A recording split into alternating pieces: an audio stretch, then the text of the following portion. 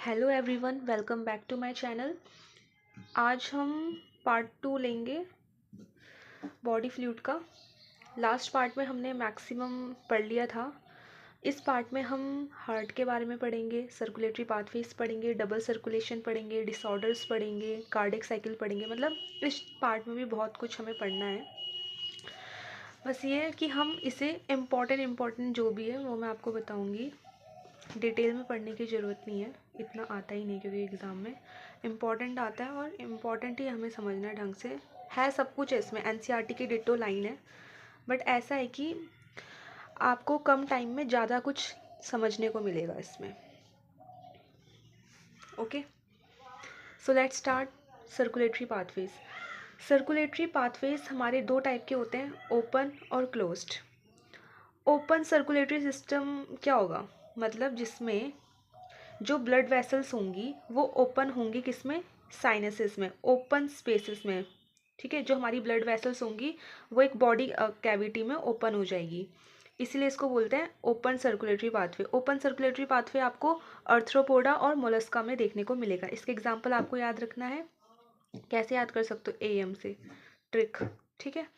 और closed circulatory pathway का मतलब क्या होता है? इसमें क्लोज्ड नेटवर्क होंगे ब्लड वेसल्स के। ठीक है, इसमें एक प्रॉपर नेटवर्क होगा और जिस मतलब ब्लड वेसल्स के अंदर फ्लो होगा ब्लड, इसीलिए इसको क्लोज्ड पाथवे बोला है। और इसके एग्जाम्पल है एनिलिडा और कॉर्डेटा। क्लोज्ड पाथवे का एग्जाम्पल है एनिलिडा और कॉर्डेटा। इसका ट्रिक होगा एसी, इसकी ट्रिक है एसी। अब बात करेंगे हम चैम्बर्ड ऑफ हार्ट। कितने चैम्बर्ड, किस किस एनिमल में कितने चैम्बर्ड ऑफ हार्ट होते हैं? तो 2 चैम्बर्ड ऑफ हार्ट हमें फिश में देखने को मिलेगा। अब फिश की एक इम्पॉर्टेंस यहाँ पे बता रखी है। जो फिश होता है उसमें सिंगल सर्कुलेशन आपको देखने को मिलेगा। कैसे? जो फिश का जो यहाँ से देखते हैं, फिश में क्या होता है, सिंगल सर्कुलेशन का क्या मतलब है? फिश का जो हार्ट होता है उसमें से जो डीऑक्सीजनेटेड ब्लड होता है वो जाता है गिल्स के पास। गिल्स क्या करता है, इसको डीऑक्सीजनेटेड ब्लड को कन्वर्ट कर देता है ऑक्सीजनेटेड में। फिर ये जो ऑक्सीजनेटेड ब्लड है आपका वो किसके पास जाएगा? बॉडी पार्ट्स के पास, जो उसके टिश्यूज़ वगैरह होंगे वो इस ऑक्सीजनेटेड ब्लड को लेंगे और फिर ये उसे किस में कन्वर्ट कर देंगे? दोबारा डीऑक्सीजनेटेड ब्लड के पास। तो ये जो डीऑक्सीजनेटेड ब्लड है ये दोबारा आपका हार्ट के पास चल जाएगा। तो आप देख रहे हो कि जो हार्ट है उसमें क्या आ रहा है? डीऑक्सीजनेटेड ब्लड आ रहा है, तो इसीलिए इसको सिंगल सर्कुलेशन बोलते हैं। अब बात करेंगे हम ह्यूमन सर्कुलेटरी सिस्टम। उससे पहले ये देख लो, 3 चैम्बर्ड ऑफ हार्ट किस में होता है? एम्फीबियंस और रेप्टाइल्स में। इसमें क्या होता है? 2 आर्टरिया होती हैं और 1 वेंट्रिकल होता है। और जो हमारा 4 चैम्बर ऑफ हार्ट है ये हमारा एव्स और मैमल्स में देखने को मिलेगा। और ये हमारा क्रोकोडाइल में भी देखने को मिलता है। ठीक है। Human circulatory system. Human circulatory system को हम बहुत अच्छे से समझेंगे डायग्राम की मदद से। अगर आपको ये डायग्राम समझ में आ गया तो आप हर एक क्वेश्चन ईजिली कर लोगे, राइट? तो इसको हम इजी फॉर्मेट में समझेंगे। पहले आप एक स्क्वायर बनाओगे, इसको डायग्राम के थ्रू ही आप समझोगे। तो अपने पेन नोटबुक लेके बैठो, उसमें एक डायग्राम ड्रॉ करो, एक स्क्वायर बनाओ, बीच में एक लाइन खींचो, इस तरफ लिख दो लेफ्ट साइड, इस तरफ राइट। तो ये हमारा left atria, left ventricle, right atria, right ventricle. तो मैंने जो इसे कैसे याद करा है कि हमारा लंग से, कहाँ से? लंग से आता है हमारा पल्मनरी वीन, किसमें? लेफ्ट आर्टरिया में। ये जो पल्मनरी वीन है ये आपका ऑक्सीजनेटेड ब्लड लेके आएगा, किसमें? लेफ्ट आर्टरिया में। फिर ये लेफ्ट आर्टरिया से किस में जाएगा? लेफ्ट वीन में। और लेफ्ट वीन से ये बाहर किस में निकलेगा? अओर्टा में। अओर्टा क्या लेके जाता है? Oxygenated blood. अब ये अओर्टा, ये जो ऑक्सीजनेटेड ब्लड है किस में लेके जाएगा? बॉडी टिश्यू के अंदर। अब ये बॉडी टिश्यू इस ऑक्सीजनेटेड ब्लड को लेगा और डीऑक्सीजनेटेड ब्लड दे देगा, किसे देगा? वेना कावा को। ठीक है। वेना कावा क्या होगा? वेना कावा डीऑक्सीजनेटेड ब्लड किसे दे देगा? राइट आर्टरिया को। और ये राइट आर्टरिया डीऑक्सीजनेटेड ब्लड देगा राइट वेंट्रिकल को, और राइट वेंट्रिकल से ये डीऑक्सीजनेटेड ब्लड आपका चल जाएगा पल्मनरी आर्टरी के थ्रू, किसके पास? किसके पास जाएगा? लंग्स के पास, क्योंकि लंग्स में क्या होता है? एक्सचेंज ऑफ गैसेस होता है। ये हमने ब्रीथिंग वाले चैप्टर में भी पढ़ा था। ठीक है, अब इसमें ना कुछ कुछ इंपॉर्टेंट पॉइंट्स है जो हमें नाम है जो हमें याद रखने हैं। तो सबसे पहले जो आर्टरिया होता है हमारा, वो स्मॉल अपर चैम्बर होता है, ये स्मॉल चैम्बर होते हैं, और जो वेंट्रिकल्स होते हैं ये लार्जर लोअर चैम्बर होते हैं, राइट? ओके, अब हम बात करेंगे लेफ्ट आर्टरिया और राइट आर्टरिया को डिवाइड क्या करता है बीच में? Inter arterial septum. ये जो इंटर आर्टरियल सेप्टम है ये आपका थिन होता है, और राइट वेंट्रिकल और लेफ्ट वेंट्रिकल को कौन डिवाइड करता है? इंटर वेंट्रिकुलर सेप्टम, जो कि थिक होता है। ये आपका थिक है, तभी मैंने थोड़ा मोटा बना रखा, और ये आपका थिन होता है। ये तो हमने बात कर ली कि इन दोनों को, राइट और लेफ्ट को, कौन डिवाइड कर रहा है, पर इन दोनों के बीच में भी तो है ना। तो लेफ्ट आर्टरिया और लेफ्ट वेंट्रिकल को कौन डिवाइड करता है? और राइट आर्टरिया और राइट वेंट्रिकल को कौन डिवाइड करता है? तो जो आर्टरिया और वेंट्रिकल को डिवाइड करता है उसका नाम होता है आर्टरियो वेंट्रिकुलर सेप्टम। ये आर्टरिया और वेंट्रिकल को डिवाइड कर रहा है आर्टरियो वेंट्रिकुलर सेप्टम, जो कि थिक फाइब्रस टिश्यू से बना होता है। ठीक है, ये आपका थिक फाइब्रस टिश्यू से बना होता है। अब इनके बीच में ना वॉल्व प्रेजेंट होती हैं, एक ट्राइकस्पिड वॉल्व और बाइकस्पिड वॉल्व में। ये आपको याद रखना है कि ट्राइकस्पिड वॉल्व जो होती है वो राइट आर्टरिया और राइट वेंट्रिकल के बीच में प्रेजेंट होती है, और बाइकस्पिड वॉल्व आपकी लेफ्ट आर्टरिया और लेफ्ट वेंट्रिकल के बीच में प्रेजेंट होती है। सिंपल। बाइकस्पिड वॉल्व को मित्राल वॉल्व भी बोलते हैं, और ट्राइकस्पिड वॉल्व को ऐसा कुछ है नहीं। अब इनके इधर भी वॉल्व होती हैं, इसको बोलते हैं सेमिलिनियर वॉल्व। ठीक है, जो सेमिलिनियर वॉल्व होती है ये लेफ्ट वेंट्रिकल से अओर्टा में ब्लड का फ्लो करवाती है, और वैसे ही राइट वेंट्रिकल से पल्मोनरी आर्टरी में कौन फ्लो करवाता है? सेमिलिनियर वॉल्व। ठीक है, जो ये वॉल्व होती हैं ये प्रिवेंट करती है बैक फ्लो को। ये मतलब जैसे ब्लड का डायरेक्शन ऐसे में आ रहा है तो ये ऐसे में ही आएगा, ये पीछे नहीं चल जाएगा, एक इसका डायरेक्शन है। वॉल्व क्या करता है? एक डायरेक्शन देता है ब्लड को कि उसको ऐसे में ही जाना है। ठीक है, तो कैसे फ्लो हो रहा है? पल्मोनरी वेन से ऑक्सीजनेटेड ब्लड आएगा, लेफ्ट आर्टरिया में जाएगा, फिर लेफ्ट आर्टरिया से लेफ्ट वेंट्रिकल में जाएगा through bicuspid valve, then left ventricle से ये आपका अओर्टा में जाएगा थ्रू सेमिलिनियर वॉल्व। अब अओर्टा से बॉडी टिश्यू के पास जाएगा, यहाँ पे एक्सचेंज ऑफ गैसेज होगा। अब ये जो बॉडी टिश्यू ऑक्सीजनेटेड ब्लड ले लेंगे, डीऑक्सीजनेटेड ब्लड रिलीज आउट करेंगे, किसके पास? वेना कावा के पास। वेना कावा डीऑक्सीजनेटेड ब्लड लेके जाएगा राइट आर्टरिया के पास, राइट आर्टरिया राइट वेंट्रिकल को डीऑक्सीजनेटेड ब्लड देगा through tricuspid valve, then this blood goes into the pulmonary artery. Pulmonary artery ये डीऑक्सीजनेटेड ब्लड कहाँ पे लेके जाएगा? लंग्स के पास। तो आप देख रहे हो कि लंग्स के पास ही डीऑक्सीजनेटेड ब्लड आएगा, फिर लंग्स इसको एक्सचेंज करेगा और ऑक्सीजनेटेड ब्लड किसे देगा? पल्मोनरी वेन को दे देगा। मैंने पूरा ये फ्लो आपको समझा दिया। अब यही सेम चीज़ डबल सर्कुलेशन वाला टॉपिक जब आएगा तब दोबारा ये डिटेल में मैं समझाऊंगी। अभी आपको बेसिक समझा दिया है, जब डबल सर्कुलेशन आएगा तब आपको ज़्यादा अच्छे से ये समझ में आएगा। ओके, अब हम बात करेंगे हार्ट की। हार्ट क्या होता है? कार्डिक मसल है। हार्ट हमारा कार्डिक मसल से बनता है। जो वॉल्स होती हैं ventricles are much thicker than atria. हाँ, जो वेंट्रिकल्स की वॉल्स होती हैं वो बहुत ज़्यादा थिक होती है आर्टरिया के कंपैरिजन में। और जो हमारा एसएएन होता है, एसएएन क्या है?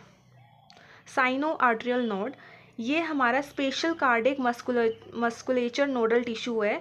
ये कहाँ पे प्रेजेंट होता है? Right upper corner of right atrium. ये जो हमारा राइट आर्टरियम है इसके राइट अपर कॉर्नर में हमारा एसएएन प्रेजेंट होता है, और इसी राइट आर्टरियम के लोअर लेफ्ट कॉर्नर में हमारा एवीएन प्रेजेंट होता है। ठीक है, वही लिखा रखा है कि राइट आर्टरियम में एसएएन कहाँ पे प्रेजेंट है, एवीएन कहाँ पे प्रेजेंट है। अब ये जो एसए नोड होता है ये अपना एक्शन पोटेंशियल किसे देगा? एवी नोड को देगा। एवी नोड अपना बंडल ऑफ हिस को, देन पुरकिंजी फाइबर्स को। ठीक है, अब नेक्स्ट टॉपिक है हमारा कार्डिक साइकिल। ये बहुत बहुत इंपॉर्टेंट टॉपिक है। कार्डिक साइकिल क्या होता है? साइकिल से आपको क्या पता लग रहा है? एक सिक्वेंशियल इवेंट हो रहा है, किसका? कार्डिक मतलब हार्ट का। हार्ट में कुछ सिक्वेंशियल इवेंट हो रहे हैं जो बार बार हो रहे हैं, रिपीट में हो रहे हैं। अब वो इवेंट क्या है, कैसे हो रहा है, क्या सीक्वेंस है, क्या स्टेप्स हैं, वो हमें सब कुछ समझना है कार्डिक साइकिल में। कैसे होता है? पॉइंट में मैंने आपको समझा रखा है। एनसीईआरटी में बहुत ज़्यादा इसको वो करा हुआ है, डिफ़िकल्ट करा हुआ है, बट मैंने पॉइंट्स में बहुत ईजिली आपको समझाने की कोशिश करी है, जो कि आपको कहीं नहीं मिलेगा। तो इन पॉइंट्स को समझोगे तो आपको समझ में आ जाएगा और मैं बहुत अच्छे से समझाऊंगी आपको, ठीक है। तो कार्डिक साइकिल का फर्स्ट पॉइंट है ऑल 4 चैम्बर्ड। हमने पढ़ा था ना कि हार्ट में 4 चैम्बर्ड होते हैं, left atria, left ventricle, right atria, right ventricle. जितने भी 4 चैम्बर्ड हैं वो अभी किस में है, रिलैक्स स्टेट में। हम मान के चल रहे हैं वो भी रिलैक्स स्टेट में, मतलब वो अभी किस में है, जॉइंट डायस्टोल में। डायस्टोल मतलब क्या होता है, रिलैक्स्ड। सिस्टोल मतलब क्या होता है, कॉन्ट्रैक्ट, राइट। अब सेकंड क्या है, second point, tricuspid and bicuspid valve open, blood flow. अब जो हमने यहाँ पे पढ़ा था ना, ट्राइकस्पिड बाइकस्पिड, मैंने पहले आपको पढ़ा दिया ये चीज़, तभी मैंने आपको पहले पढ़ाई कि आपको कोई डिफिकल्टी ना हो समझने में। तो ट्राइकस्पिड और बाइकस्पिड वॉल्व क्या हो जाएंगे, अब ओपन हो जाएंगे। इनका ओपन होना मतलब ब्लड का फ्लो होना, ठीक है। अब कैसे ब्लड फ्लो होगा वो समझो। मैंने आपको बताया था कि जो पल्मनरी वीन है वो ऑक्सीजनेटेड ब्लड लेके आती है लेफ्ट आर्टरिया में। अब लेफ्ट आर्टरिया से लेफ्ट वेंट्रिकल में जाने के लिए एक बीच में वॉल्व होती है, उसी के अंदर से ब्लड जाएगा। इधर से कहीं से नहीं जाएगा, इसी वॉल्व के अंदर से जाएगा वो ब्लड। तो जब ये चीज़ ओपन होगी तो ब्लड का फ्लो होगा पल्मनरी वीन से, किस में फ्लो हो जाएगा, लेफ्ट वेंट्रिकल में। वही इसको लिखा हुआ था, मैंने डायग्राम के थ्रू आपको समझा दिया। एनसीईआरटी में रिटर्न फॉर्म में था, मैंने डायग्राम से समझा दिया कि जब बाइकस्पिड वॉल्व आपकी ओपन होती है तो पल्मनरी वीन से जो ऑक्सीजनेटेड ब्लड है वो लेफ्ट वेंट्रिकल में आ जाता है। और सेम यहाँ पे होगा, जब ट्राइकस्पिड वॉल्व ओपन होगा तो क्या होगा, वेना कावा से जो हमारा डीऑक्सीजनेटेड ब्लड आ रहा था वो कहाँ पे आ जाएगा, राइट वेंट्रिकल में आ जाएगा। सेकेंड स्टेप सबको समझ में आ गया। अब थर्ड स्टेप क्या है, हाँ, और आपको याद रखना है कि जब बाइकस्पिड और ट्राइकस्पिड वॉल्व ओपन होते हैं तो सेमील्यूनर वॉल्व जो होता है वो क्लोज्ड होता है इस स्टेज में। समझ में आ गया। अब थर्ड पॉइंट क्या है, SAN generate action potential.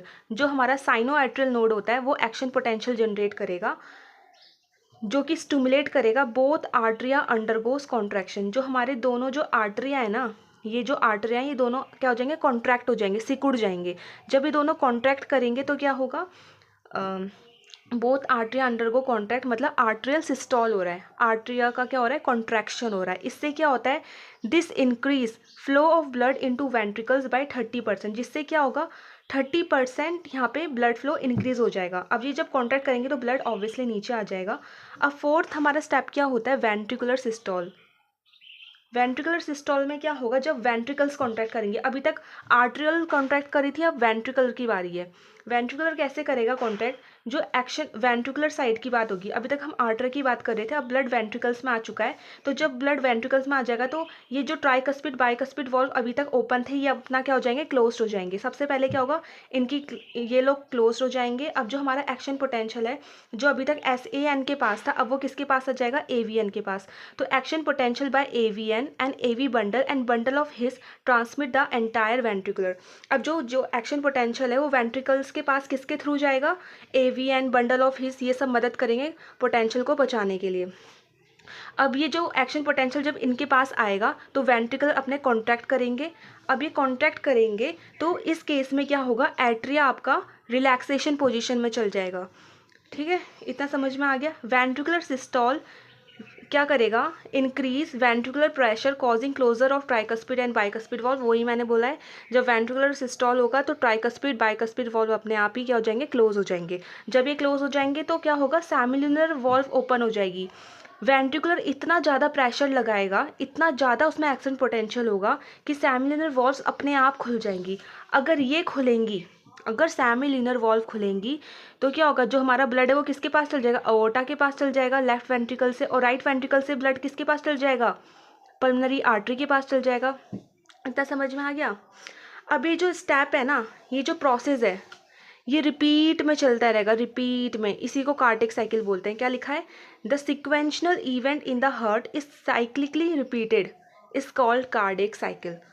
Simple, बहुत इजी था। कार्डिक साइकिल समझ में आ चुका है। जो हार्ट बीट होती है वो 72 पर मिनट होती है। तो कार्डिक साइकिल 0.8 सेकेंड के लिए होती है। During cardiac cycle each ventricle pump 70 ml of blood, जिसको हम क्या बोलते हैं, स्ट्रोक वॉल्यूम। स्ट्रोक वॉल्यूम समझ में आ गया। अब कार्डिक आउटपुट क्या होता है, स्ट्रोक वॉल्यूम को मल्टीप्लाई कर दो हार्ट रेट से तो कार्डिक आउटपुट आ जाएगा। वो कितना होता है, 5 लीटर या फिर 5000 ml। अब जो हार्ट होता है हार्ट में दो तरह की साउंड होती है, लब और डब। लब और डब। लब हमारी फर्स्ट हार्ट साउंड होती है जो, और लब डब हमारी सेकंड होती है। फर्स्ट हार्ट बीट कब सुनाई देती है? जब हमारा क्लोजर होता है ट्राइकस्पिड बाइकस्पिड वॉल्व में। मैंने यहाँ पे समझाया था, जब ये दोनों अपना बंद होंगे तो एक साउंड आएगी जिसको हमने क्या बोला, लब। जब ट्राइकस्पिड बाइकस्पिड वॉल्व हमारी क्लोज होंगी तो लब साउंड सुनाई देगी। और डब साउंड कब सुनाई देगी? जब क्लोजर होगा सेमिल्यूनर वॉल्व्स का, तब हमें डब साउंड सुनाई देगी। ठीक है, ये इंपॉर्टेंट है, याद रखना कि कौन सी साउंड कब सुनाई देगी। और जो एथलीट्स होते हैं हमारे, उनमें हाई कार्डिक आउटपुट होता है as compared to normal human beings. Okay, अब नेक्स्ट टॉपिक है आपका इलेक्ट्रोकार्डियोग्राम, ईसीजी, जिसे हम ईसीजी बोलते हैं। जब आप कोई मूवी देखते हैं या टीवी देखते हैं तो उसमें एक हॉस्पिटल का सीन आता है, तो हमेशा एक हॉस्पिटल के सीन में आपको दिखाया जाता है कि एक पेशेंट है जो बेड में है, और उसके उसके दूसरी साइड एक कंप्यूटर है जिसमें कुछ ग्राफ्स आपको दिखते हैं ट्रायंगुलर शेप में, अप एंड डाउन हो रहे रहते हैं, और लास्ट में जब वो इंसान मर जाता है तो वो एकदम स्ट्रेट लाइन में कन्वर्ट हो जाता है। उसे क्या बोलते हैं? उसी को ईसीजी बोलते हैं। लाइक जो पीपिंग मशीन होती है, पीप ऐसे बजता है लास्ट में जब कोई इंसान डेड हो जाता है। उसका क्या मतलब है? यही वो ग्राफ है जो आपको उस समय दिखता है, पर जब कोई डेड हो जाता है तो ये बिल्कुल स्ट्रेट लाइन हो जाता है। अभी इसमें ये ट्रायंगल वगैरह दिख रहे हैं, ये नॉर्मल कंडीशन दिखा रहे हैं एक हार्ट की। ठीक है, तो इसी को हम समझेंगे अच्छे से कि ये होता क्या है। इलेक्ट्रोकार्डियोग्राम क्या होता है? Graphical representation of electrical activity of heart during cardiac cycle. ये एक इलेक्ट्रिकल रिप्रेजेंटेशन है कार्डिक साइकिल का। ठीक है, अब होता क्या है, कैसे हम इसको करते हैं यूज़? तो 3 इलेक्ट्रिकल लीड होती हैं जो कि ईच रिस्ट में प्रेजेंट होंगी, और एक हमारा एक हमारा लेफ्ट एंकल में प्रेजेंट होगा, और 2 हमारे रिस्ट में प्रेजेंट होंगे। लीड्स कनेक्टेड होते हैं मतलब हाथ से ना, और एक हमारा उसमें जो मशीन है उसमें लगा देंगे, जिससे कि जो हमारे अंदर जो भी कार्डिक साइकिल चल रहा है, जो भी हार्ट बीट आ रही है, वो कंप्यूटर में दिखेंगी ग्राफ के फॉर्म में। अब जो ये वेव्स हैं, ये जो पीक हैं, ये क्या क्या रिप्रेजेंट कर रही हैं, किस चीज़ को, वो हम समझेंगे, यही इंपॉर्टेंट है। जो पी वेव होती है ये किसे रिप्रेजेंट करती है? Excitation, depolarization of atria. ये किसे बता रही है? डीपोलराइजेशन ऑफ आर्टरिया को, मतलब कि आर्टरिया क्या कर रहा है? कॉन्ट्रैक्ट कर रहे हैं, बोथ दी आर्टरिया कॉन्ट्रैक्ट, तो पी वेव रिप्रेजेंट करते हैं। क्यू आर एस वेव किसे रिप्रेजेंट कर रही है? डीपोलराइजेशन ऑफ वेंट्रिकल, मतलब जब वेंट्रिकल हमारे कॉन्ट्रैक्ट करेंगे तो क्यू आर एस से रिप्रेजेंट होगा। और टी वेव किसे रिप्रेजेंट करते हैं? रीपोलराइजेशन ऑफ वेंट्रिकल्स, मतलब जो वेंट्रिकल्स हैं अभी तक वो कॉन्ट्रैक्ट कर रहे थे, बट अब वो किस में जा चुके हैं? रिलैक्स स्टेट में जा चुके हैं, और इसी को हम एंड ऑफ टी वेव बोलते हैं या फिर एंड ऑफ सिस्टोल बोलते हैं। सिस्टोल मतलब एंड हो चुका है कॉन्ट्रैक्शन का, अब वो किस स्टेट में जा चुका है? रिलैक्स स्टेट में जा चुका है। नेक्स्ट टॉपिक है double circulation. So what is double circulation? जो अभी तक हम पढ़ रहे हैं इस चैप्टर में, अभी तक जितने भी हमने पढ़ा, ये डायग्राम बार बार आया, बार बार। अब इसी को हम अच्छे से पढ़ेंगे डबल सर्कुलेशन में। ठीक है, तो सबसे पहले डबल सर्कुलेशन पढ़ने से पहले आपको पता होना चाहिए कि ब्लड फ्लो किस में होता है। ब्लड फ्लो हमारा ब्लड वेसल्स के थ्रू फ्लो होता है हमारा ब्लड, और ब्लड वेसल्स हमारी 2 टाइप की होती हैं, आर्टरीज और वीन्स। ये सबको पता है, राइट? अब आर्टरीज और वीन्स जो होती हैं उनमें 3 लेयर्स होती हैं। ये कंसिस्ट करता है 3 लेयर्स से। इनर लाइनिंग, जो सबसे अंदर वाली लाइनिंग होती है, उसको ट्यूनिका इंटीमा बोलते हैं। ट्यूनिका इंटीमा हमारा स्क्वैमस एंडोथीलियम से बना होता है। ट्यूनिका मीडिया हमारा मिडल लेयर होता है, और ये स्मूथ मसल से बना होता है, ये थिन वेन्स होती हैं इसमें। और ट्यूनिका एक्सटर्ना आपका एक्सटर्नल वाला होता है, और ये फाइब्रस कनेक्टिव टिश्यू से बना होता है। ये तो हमने बेसिक पढ़ लिया। अब सबसे इम्पॉर्टेंट, डबल सर्कुलेशन क्या होता है? डबल सर्कुलेशन में 2 टाइप के वो आते हैं, पल्मनरी सर्कुलेशन और systematic circulation. What is pulmonary and what is systematic? Let me explain you. Okay, pulmonary circulation मतलब जिसमें लंग्स इन्वॉल्व होगा। Pulmonary word is used for lungs, right? Pulmonary word is use for lungs. And systematic जिसमें body parts वगैरह, मतलब normally जो होता है। Pulmonary veins में क्या होता है, मतलब जो पल्मनरी है इसमें क्या होता है, जो हमारा लंग्स होता है, लंग्स में क्या होता है? एक्सचेंज ऑफ गैसेस होता है, ये सबको पता है। एक्सचेंज ऑफ गैसेस किस में होता है? लंग्स में होता है। और कैसे होता है? जो लंग्स है वो ऑक्सीजनेटेड ब्लड देगा पल्मनरी वीन्स को। पल्मनरी वीन्स ये ऑक्सीजनेटेड ब्लड देंगे लेफ्ट आर्टरिया को। लेफ्ट आर्टरिया से ये ऑक्सीजनेटेड ब्लड जाएगा लेफ्ट वेंट्रिकल्स में, और लेफ्ट वेंट्रिकल से ये ऑक्सीजनेटेड ब्लड जाएगा अओर्टा में। अओर्टा से ये ऑक्सीजनेटेड ब्लड जाएगा आपका बॉडी पार्ट्स में। बॉडी पार्ट्स में जो सेल्स हैं, टिश्यूज़ हैं, उनको ऑक्सीजन की ज़रूरत होती है। इस ऑक्सीजनेटेड ब्लड को लेंगे और क्या रिलीज आउट करेंगे, डीऑक्सीजनेटेड ब्लड। अब ये जो डीऑक्सीजनेटेड ब्लड है ये वेना कावा के थ्रू किस में जाएगा, राइट आर्ट्रिया में, और राइट आर्ट्रियम से ये किसके अंदर जाएगा, राइट वेंट्रिकल्स के पास, और राइट वेंट्रिकल से ये डीऑक्सीजनेटेड ब्लड किसके पास जाएगा, पल्मोनरी आर्टरी के पास। अब ये पल्मोनरी आर्टरी डीऑक्सीजनेटेड ब्लड को देती है लंग्स के पास, और लंग्स क्या करेगा, इसे एक्सचेंज कर देगा। ठीक है, कैसे करता है वो, लंग्स कैसे करता है, लंग्स के पास क्या प्रेजेंट है, एल्वुलाई, जो हमने प्रीवियस चैप्टर में पढ़ा है ब्रीथिंग वाले में अच्छे से, एल्वुलाई का फंक्शन वही। अब सेकंड लास्ट टॉपिक है आपका रेगुलेशन ऑफ कार्डिक एक्टिविटी, मतलब हम कार्डिक एक्टिविटी को कैसे रेगुलेट कर सकते हैं। तो ये जो हमारा हार्ट होता है वो बेसिकली ऑटो रेगुलेटेड होता है, मतलब उसको हमें खुद से वॉलंटरी रेगुलेट करने की ज़रूरत नहीं है, हार्ट अपने आप बीट करता है, उसमें ऑटो रेगुलेशन होता है। कैसे, इसीलिए हम अपने हार्ट को मायोजेनिक हार्ट बोलते हैं, क्योंकि उसमें एन जो प्रेजेंट है ना वो एक्शन पोटेंशियल जनरेट करता है, वही सब कुछ करता है, मतलब हमारे हार्ट की बीट कैसे होगी, क्या कब होगी, ये सब कुछ हार्ट अपने आप करता है। इसीलिए हार्ट को इनवॉलंटरी ऑर्गन भी बोलते हैं, और इसीलिए हार्ट को मायोजेनिक बोलते हैं। ठीक है, इतना सबको पता है, पर तब भी कुछ हार्मोन्स होंगे, कुछ चीज़ें होंगी जो कि रेगुलेट कर रही होंगी, तो उसी को हम पढ़ेंगे अब। तो जो मेडुला होता है, medulla can moderate cardiac function through ANS, autonomic neural system के थ्रू रेगुलेट करता है मेडुला। और जो हमारा न्यूरल सिग्नल्स होते हैं जो कि सिंपैथेटिक नर्व्स के थ्रू, सिंपैथेटिक नर्व्स जो होती हैं वो इंक्रीज़ करती है हार्ट बीट को, और पैरासिम्पैथेटिक नर्व्स डिक्रीज़ करती हैं हार्ट बीट को। ये सिंपैथेटिक और पैरासिम्पैथेटिक किसके पार्ट है, एएनएस के, जो हमने अभी पढ़ा एएनएस के पार्ट हैं दोनों। ये दोनों क्या कर रहे हैं, हार्ट बीट को इंक्रीज़ कर रहे हैं या तो डिक्रीज़ कर रहे हैं। एड्रेनल मेडुलरी हार्मोन्स इंक्रीज़ करता है कार्डिक आउटपुट को, वेरी वेरी इंपॉर्टेंट। नेक्स्ट है disorders of circulatory system, is the last topic, तब हमारा चैप्टर कंप्लीट हो जाएगा। तो डिसऑर्डर्स क्या क्या है, फर्स्ट हाइपरटेंशन, मतलब हाई बीपी। हाई बीपी कब होगा, नॉर्मल बीपी क्या होता है पहले वो पता होना चाहिए, 120 से लेके कितना होता है ना नॉर्मल बीपी, 120 देन 80, ये हमारा सिस्टोलिक होता है, ये हमारा डायस्टोलिक होता है। हाई बीपी कब होगा, जब 140/90 हो जाएगा। कोरोनरी आर्टरी डिसीज़ क्या होती हैं, atherosclerosis affect the vessels that supply bloods to heart. ये क्या करती हैं, ब्लड वेसल्स को अफेक्ट कर देती हैं, जो हार्ट मसल्स तक ब्लड को पहुंचाने का काम करती हैं। कैसे अफेक्ट करती हैं, जो हमारी जो ब्लड वेसल्स हैं उनमें क्या डिपॉजिट कर देते हैं, कैल्शियम, फैट, कोलेस्ट्रॉल।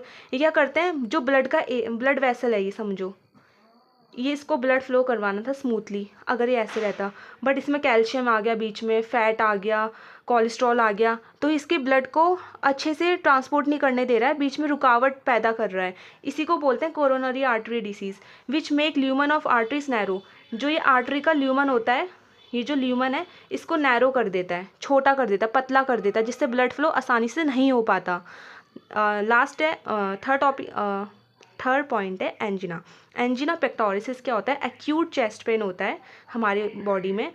ये कब होता है, appears when no enough oxygen is reaching the heart muscle. जब हमारे हार्ट मसल्स तक अच्छे से ऑक्सीजन नहीं पहुंचती तब एंजिना होता है। ये एल्डर लोगों में होता है, मिडिल एज के लोगों में देखने को मिलता है ये। फोर्थ पॉइंट है हार्ट फेलियर।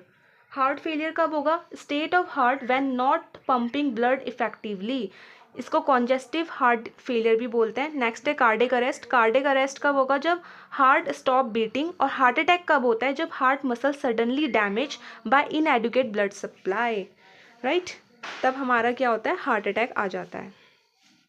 तो इतना ही था चैप्टर में, हमारा ये ब्लड वाला चैप्टर भी कंप्लीट हो चुका है, और हमारा सेकेंड डे चैलेंज भी कंप्लीट हो चुका है। हमने एक चैप्टर कंप्लीट कर लिया है आज ब्लड वाला, अब नेक्स्ट चैप्टर हमारा आएगा कल। Thank you so much.